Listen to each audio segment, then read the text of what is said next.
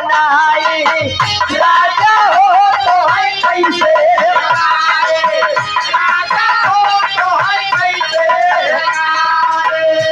अरे रतिया में हमरे ना लागयऊ घाई, दुल्हा हो का हो, अरे रतिया में हमरे न लागयऊ घाई, राजा हो तो है कैसे मनाई, राजा हो तो है कैसे मनाई, राजा हो तो है कैसे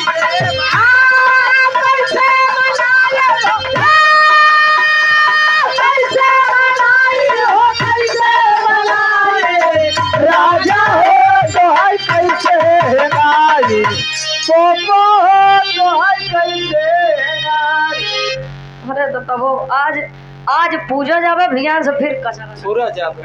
और यहाँ धर्म के हमारे बड़े भैया उज्जवल यादव जी अलीपुर से, जिसका जलवा कायम था उसी का नाम मुलायम था। या नेताजी के सम्मान में 100 रुपए का महान आशीर्वाद, चरणों में कोट कोट नमन है, आशीर्वाद के चाह रही। और यहाँ संदीप मिश्रा जी कमेटी महामंत्री जी, और आपके द्वारा 151 रुपए का महान आशीर्वाद मोदी भैया वही है मोदी।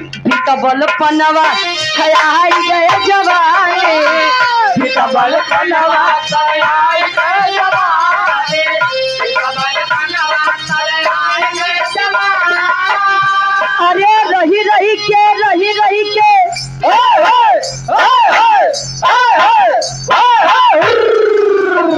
अरे रही के सजिया पे अंधाराई, रही के सजिया पे अंधाराई, राजा हो तो है कैसे मनाई, राजा हो तो है कैसे मनाई, राजा हो तो है कैसे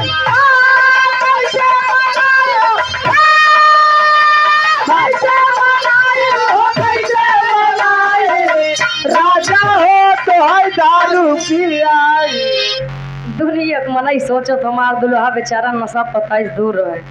तोहार वाली पूछे थे का यार लल्लक माई कहाँ थे? अच्छा अच्छा। और आप संदीप मिश्रा जी कमेटी महामंत्री जी 100 रुपए का महान आशीर्वाद, और आप जय सिंह सरकार भैया जी 100 रुपए, और हमारे चाचा जी आप दरोगा यादव जी गीता नगर से 100 रुपए का महान आशीर्वाद। अब एक लाइन उनकर फरमाइश हो जाए, उसके बाद यहाँ से हमारी तरफ से कार्यक्रम के समापन रही। अब भैया सुनाई देते हैं महाराज, टाइम प्रतिबंध में जाना थे कबो बोला अपने घर कब आया। अच्छा ये बड़े तब यहाँ पर राहुल यादव भैया जी लालापुर से, लालापुर हंडिया से आप 51 रुपए का महान आशीर्वाद के चाह रही। अब